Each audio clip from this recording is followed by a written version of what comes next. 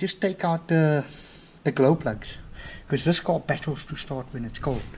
I've taken that one out already. It's very simple.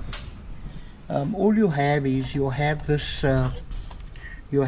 power strip, okay, that goes on to all four of the glow plugs. Let me just get my camera. Okay, that's your power cable over there, okay, which you disconnect. Is all size 10 nuts. You take the 4 size 10 nuts off, okay, and you lift off the power supply strip. Alright, you just pull it out on the side, and then quite simply you just take a size 10 tube socket like this here, and then you loosen up.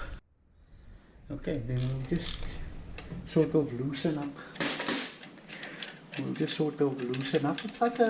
like taking out a spark plug, you know. And then that is what your glow plug looks like, you know. That's the end that gets warm to warm up the combustion chamber over there. So I'm just going to clean them all off nicely, okay, and put them back.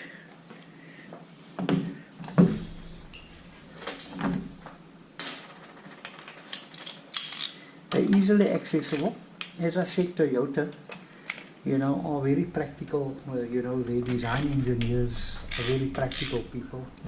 You know, they consider that, you know, they consider maintenance of their vehicles.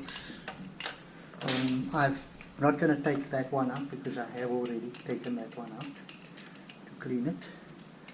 So as I say, I'm just going to clean him off with a wire brush there. Okay. Okay, so we can just put the glow plugs back. Okay, just start them out. Make sure that they don't get cross-threaded. Alright, and then we'll turn them tight by hand. I'll just turn them down with a long extension and a tube socket. Okay, turn them against, and then once they are against, I'll put the spanner to them just to tighten them. This is probably like about 9 or 10 Newton meters, not very tight. Okay, so we'll take the strip, make sure it's the right way around. We'll put the strip on. This supplies power, okay. It gets power of this cable here, and then it supplies power to each glow plug. I did a little video on a glow plug for a Nissan Bucky once. You know, you can just go into the playlists there, into the libraries, and go under Nissan repairs, and you can see how I basically explain how it works and how to test it with simple method.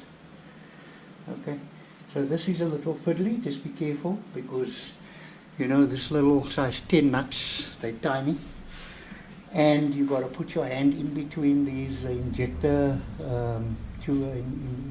pipes here. So it's not easy, you know, getting in there, but just go ahead and do the best you can. You will notice that the thread going onto the glow plugs is considerably thinner than the thread going onto the, you know, onto the main power supply. But they all have size 10 heads. Okay.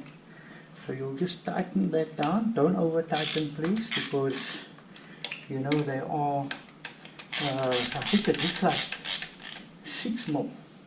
No, not 6 mil. They look like 4 mil, because that's 6 mil there. You know, this one is 6 mil, the main supply is 6 mil. And then it has these little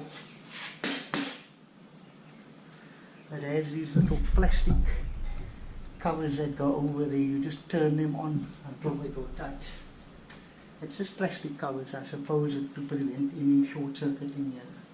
You know, any metal touches here, that won't short circuit. You know, those little plastic covers, you know, just put them on. They do screw off, you know, finger tight. So it's not a, you don't need a spanner for it. But they do provide little sections there for a screwdriver, you can see. You know, it's slit a slot for the screwdriver just in case they get tight over time, you know. But I just feel it's necessary to put it on because they would put it there for a reason, you know. Just tighten it by hand, very simply. And then, yeah, I'll just get that back into place.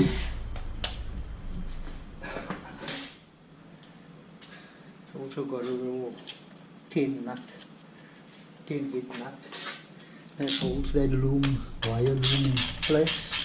And you just tighten it up there, like that. Okay, so I've taken out the glow plugs, I've cleaned them, I've put them back. Start the car again. Okay, so you see the light went off, the warnings all went out,